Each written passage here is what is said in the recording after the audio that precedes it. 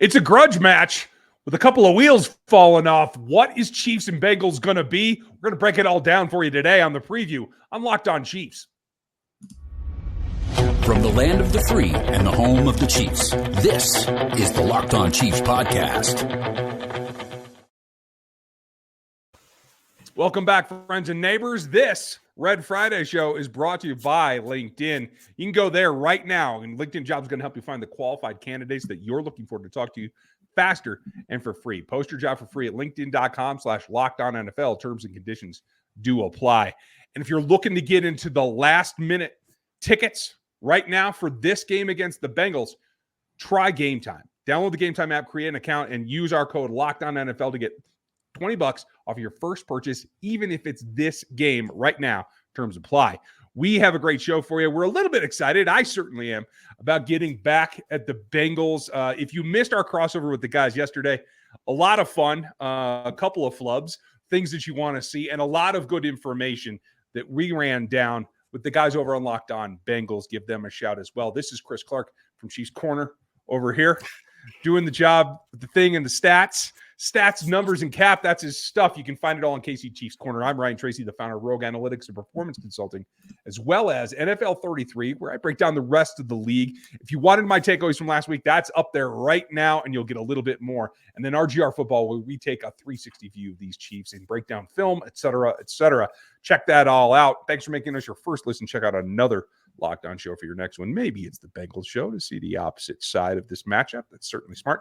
Like, sub, hit the bell here on YouTube. Join us on Spotify and over on Apple Podcasts, and hit the text line if you want that much more with the locos 816-357-8781. We are going to run down the X factors that can change this game. We're going to give you our predictions as we do every week. That's coming up later in the show. Before that, we got to get to the must-haves. What are the keys to getting this W for this team? But we start right now with the shape of this offense and a couple of player watches that have been going on all week. One duality that this matchup has is both teams are kind of waiting on an elite receiver in their offense to come around and get back to practice. Both Hollywood Brown and T. Higgins have missed the entire week of practice. We'll see if either of them make it through a walkthrough on Friday. I don't think it's going to matter for either of them. I don't see either of these guys playing at this point. Do you? No, I don't think either of them plays. I think that you're in a situation where Brown, and I said this actually on Twitter when this came out, I don't know if he plays even next week because he's been out for basically 4 weeks now. So he's going to need a full week of practice. Maybe he's able to go next week. We'll see. But him not even being out there in limited capacity, I think is going to be asking a little much for him to go this week. Higgins has not practiced 2 days in a row. I would expect that he's also probably out, so that's going to be something to watch. And the other big news for them, I know we're talking about wide receivers, but Logan Wilson to me is a huge loss for them if he's not able to go. He was limited today. That would be a huge loss for them. Yeah, it makes it difficult to attack something that I think is going to be a key coming up later in the show. But for both offenses, it slows down what you're overall capable of. Now, the difference is it makes the Cincinnati Bengals, I won't say 1, maybe 1.5, but it makes them very singularly threaded that we can defend them a whole lot easier than they can defend Rasheed and Xavier and Kelce. So for me, missing those two wide receivers is certainly a clear advantage for the Kansas City Chiefs offense and Mahomes himself. Absolutely. I think that you look at it and the Bengals have other wide receivers that maybe could be decent number 3s and number 4s. I don't think they have anybody right now that can step in and be a 2. Or Higgins, some would argue that he is probably a number 1 on another team. Obviously, I don't think they have anything close to that right now. And you're looking at Brown. Brown may not even be the number 1 wide receiver in Kansas City right now. It could be Rashee Rice is taking that over, and I'm okay with that. So to me, I think that makes a lot of sense, and I'm really excited to see what they do. When you look at Worthy, you look at a guy like Juju who got a target and played a little bit more than I expected him to last week. This is going to be week number 2 with him coming back. I do think that that's going to change things. And the other reality is I know we talk wide receivers, but this is a kind of a revenge game for Samaje Perine as well. So I expect that he's going to be somewhat heavily involved in this offense. Yeah, I think that makes sense. And that gives, again, all circling back to the guy that's in charge of this joint, 15 is going to have enough weapons in addition to what Joe Burrow has to really tip the scales in that direction. Now, play against each other. But in terms of setting the quarterbacks up for success, it does feel very much like between Xavier Worthy hitting the ground running, there is, you see this on the other side that is contributing for the Bengals. I don't see those contributions nearly as close. And Rashee Rice outplayed Jamar Chase in the first week.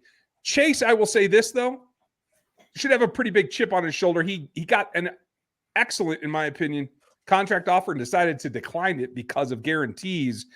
And maybe he's got something to go prove. Do you think that plays into it? It could play into it. I disagree on how excellent his contract offer was based on having almost no guarantees. But, number-wise, yeah, it's great. It was great.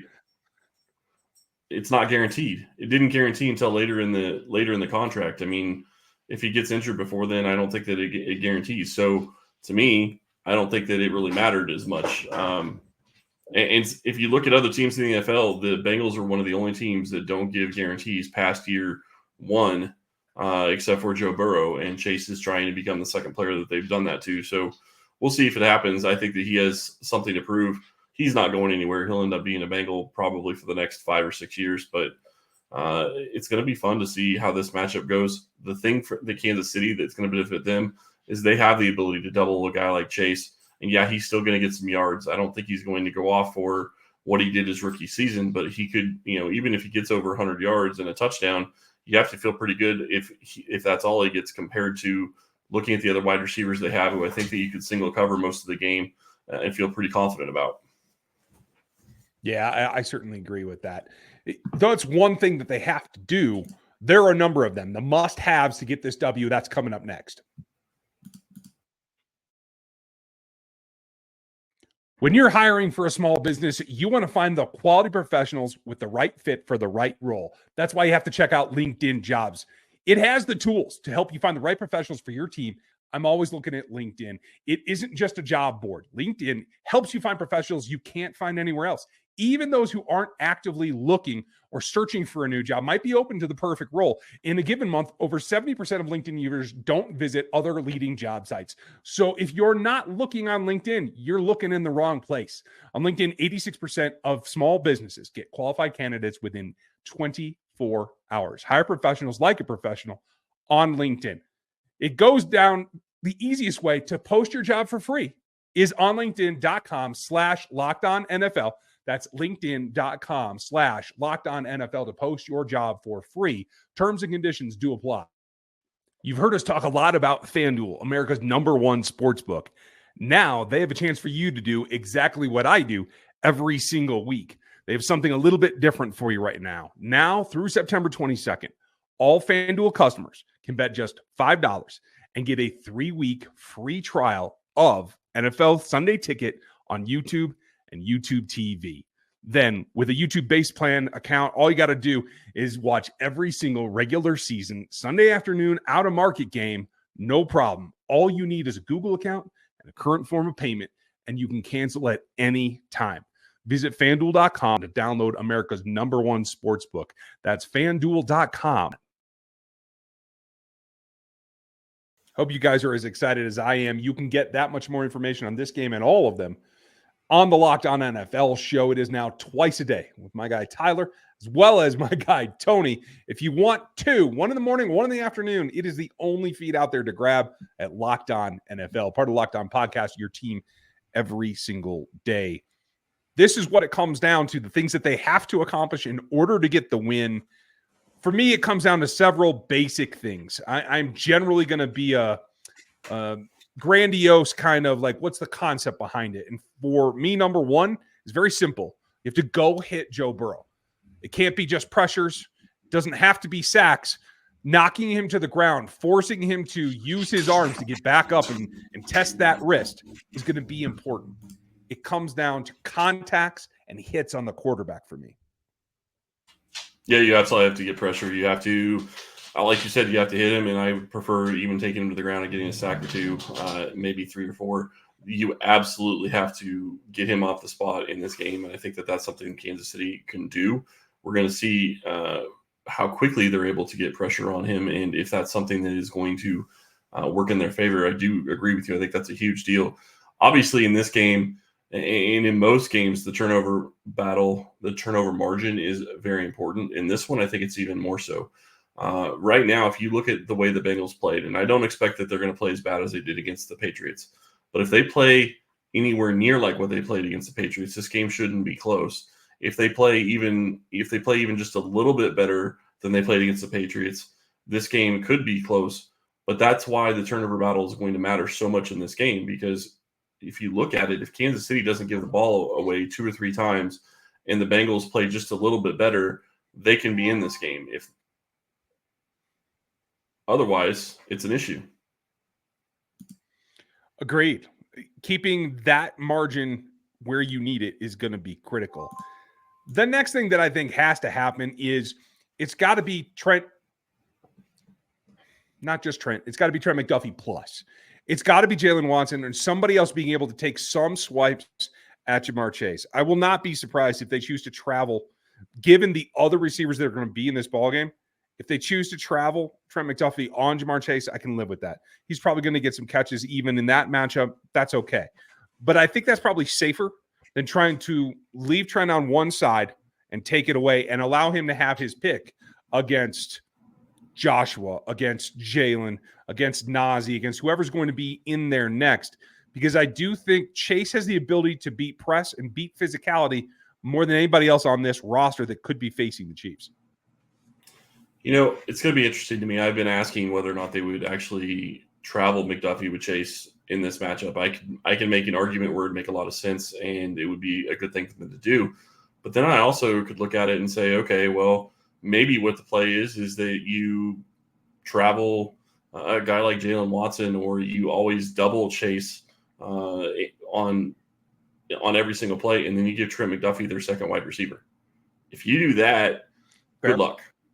Because I do think that Chase is going to win some of those matchups, obviously, and he's going to get yards. He's going to get yards against McDuffie regardless.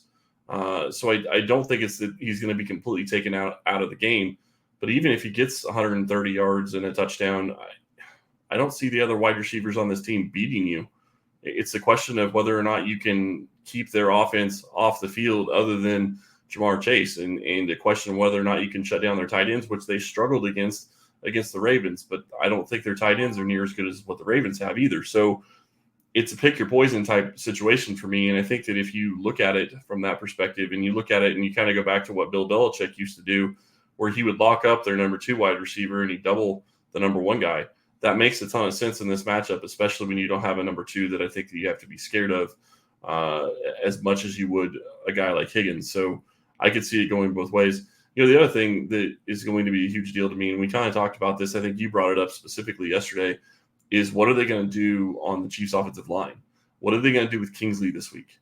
They did not use help last week. Are they going to continue down that path, or are they going to give him chips and expect him to, adapt this week to that? I'm not exactly sure. I'm curious to see what they do, because it would be exciting if they didn't do it either way.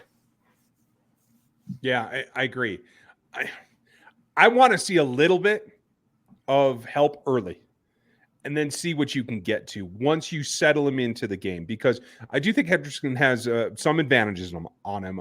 Quicker hands, more powerful hands. Now, Kingsley can make up with that with his feet, and certainly he has the reach. But if you give him a little help early, I think it'll settle him down and get him used to the attack that's coming from Hendrickson in particular. And honestly, that's probably enough. I don't think you're going to attack over the middle and running any kind of like deep pass sets. It's still the one side that I'm probably the most nervous about. So the other thing that I'm going to do is I'm going to run the ball right at Trey Hendrickson over and over and over and let Kingsley play to his strong suit, run some power at him, wear that particular pass rusher in Hendrickson out so that you feel like you've taken away his best aspect. KJ Henry actually put out a pretty good week 1, a guy that from Clemson that I talked about coming out as a guy that needs some time to click, right? Looks like he's starting to click. So maybe they have a 1-2 over there. Hubbard's still out there. He'll be the starter. But I do think that if you can protect and attack Hendrickson in that one matchup, I think that's the key for the offensive line. It's funny to me. You mentioned they need to run the ball. Not really surprising, but it is what it is. The other thing that I would say is go back and watch what the Bengals corners had to say, especially Taylor Britt. Taylor Britt said Worthy can do nothing other than run straight line speed and run end arounds. And I guarantee you that's going to get to Worthy in the Chiefs locker room, and that's going to get to Patrick Mahomes. And I guarantee it's going to be something that's going to come out on the field on Sunday. I don't care if they just have him running nines for 3 or 4 plays straight in the first half. Make them respect the speed and then take advantage. The other thing that I would say is that use Samaje Perine in this game. You didn't have enough chance to get him really involved in last one, and I get that to an extent. But use Perine in this game. Use him doing what he's best at. Use him as a blocker. Use him as a guy receiving out of the backfield. Take advantage of the matchups there. One of the things that the Bengals really struggled with last week is their corners and their back and the guys on the back end of the defense tackling. Use that to your advantage. Yeah. Make them force them to tackle in space. And if you do that, I think that you're going to have the offense move the ball up and down the field on this Bengals team. And I think it puts you in a situation where you should be able to win comfortably in this game, which is not something that you would usually say against the Bengals. Fair enough. That's the plan. What's the thing that can throw a wrench into that plan or can set it over the top? Those are the X factors. We're going to give you that in our predictions right after this. PrizePicks is America's #1 daily fantasy sports app with over 5 million active users. It's the easiest and most exciting way to play daily fantasy sports. And unlike other apps, PrizePicks, you just bet you against the numbers. Super simple. All you have to do is go more or less on 2 to 6 players of your choosing in a projection and watch the winnings roll in. Right now, they're giving you a deal. Caleb Williams, 1 yard. We've seen this deal for Patrick Mahomes before. Every week in September, that's right. You only need 1 yard to get a win right there. 4 weeks for free W's is what you're looking for over on PrizePicks. I really love that one. I love the over-under on Patrick Mahomes because it's about targets versus yards, and you can always get something that's Chiefs-related as well. So check it out. Download the PrizePicks apps right now. Use our code LOCKEDONNFL, and you get $50 instantly when you play $5. That's code LOCKEDONNFL on PrizePicks to get $50 instantly when you play $5. You don't even need to win to receive that $50 bonus. It's guaranteed. PrizePicks, run your game.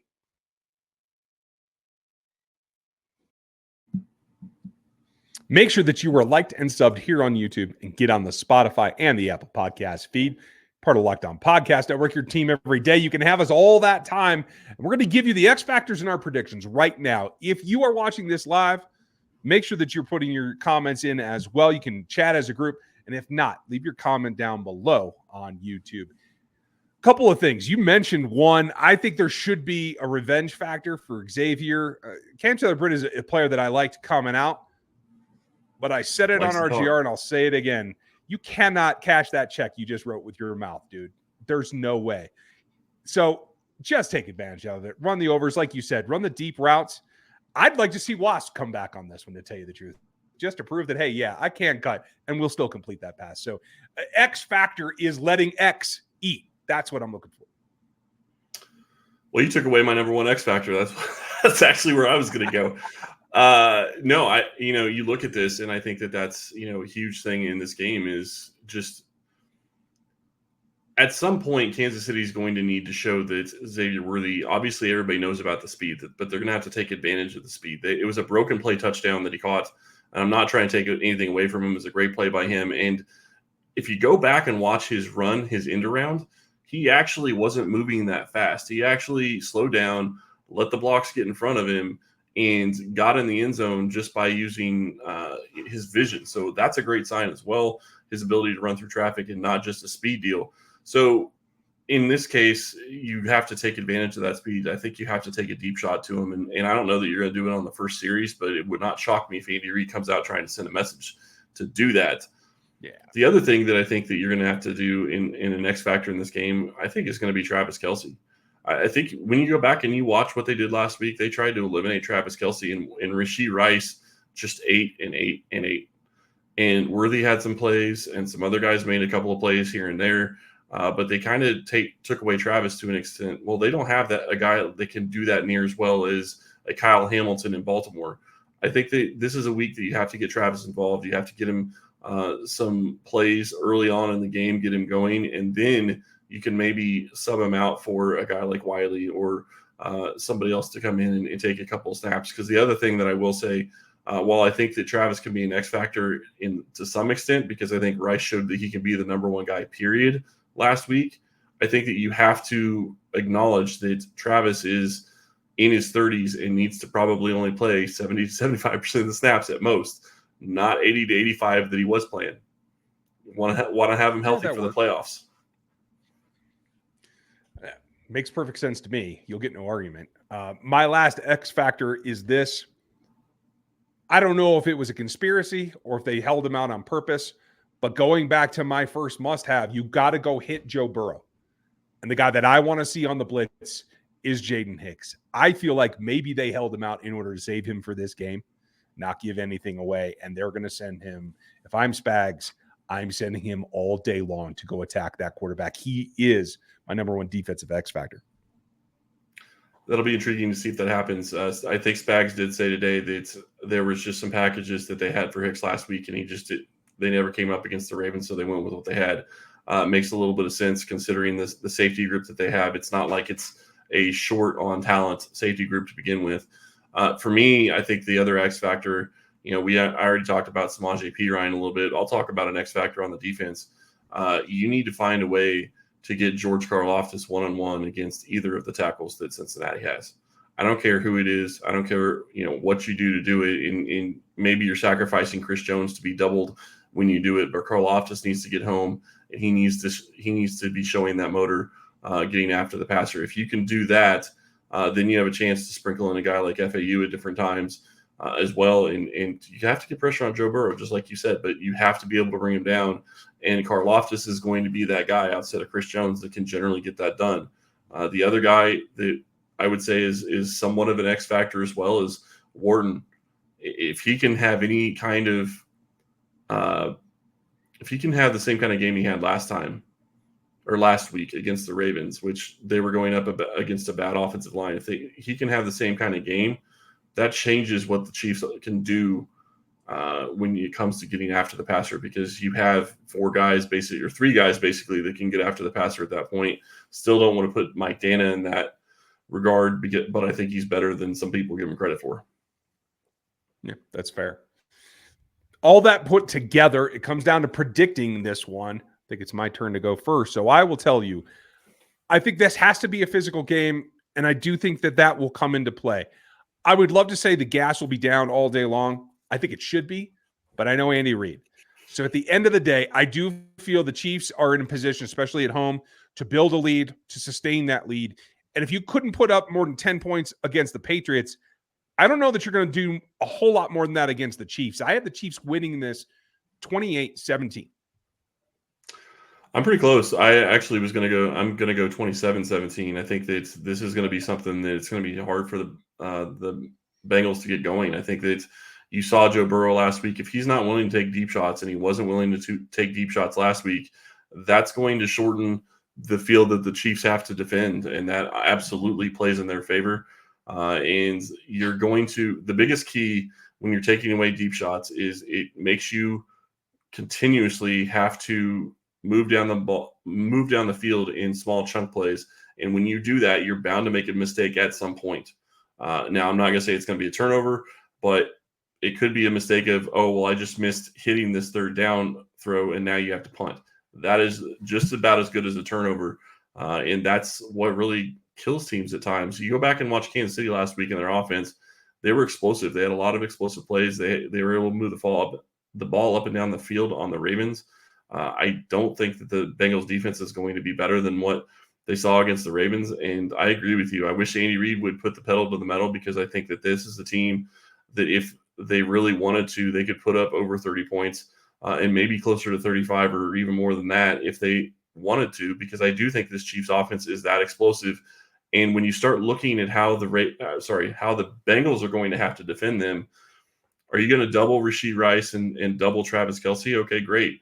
I still feel like the Chiefs can win with Xavier Worthy and Juju Smith-Schuster and Justin Watson. Those guys can win one-on-one matchups. Doesn't have to be every single play, but they can win those matchups, and I would take that against the Bengals.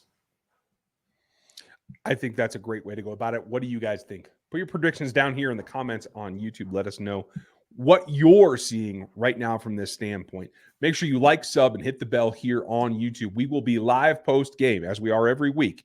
Be a little bit delayed after we hear from the pressers. Matt Derrick will join us live from the stadium, as he always does at home games. You can find me immediately after the game on rgrfootball.com here on YouTube as well. Super simple. Thanks for being with us. Make sure you check out another Locked On show for your next one. Check out everything at Chiefs Corner that Chris is putting up to get you ready for this game, and enjoy yourself this weekend as we get ready for the Bengals. Thanks for listening today, and we'll talk to you post-game.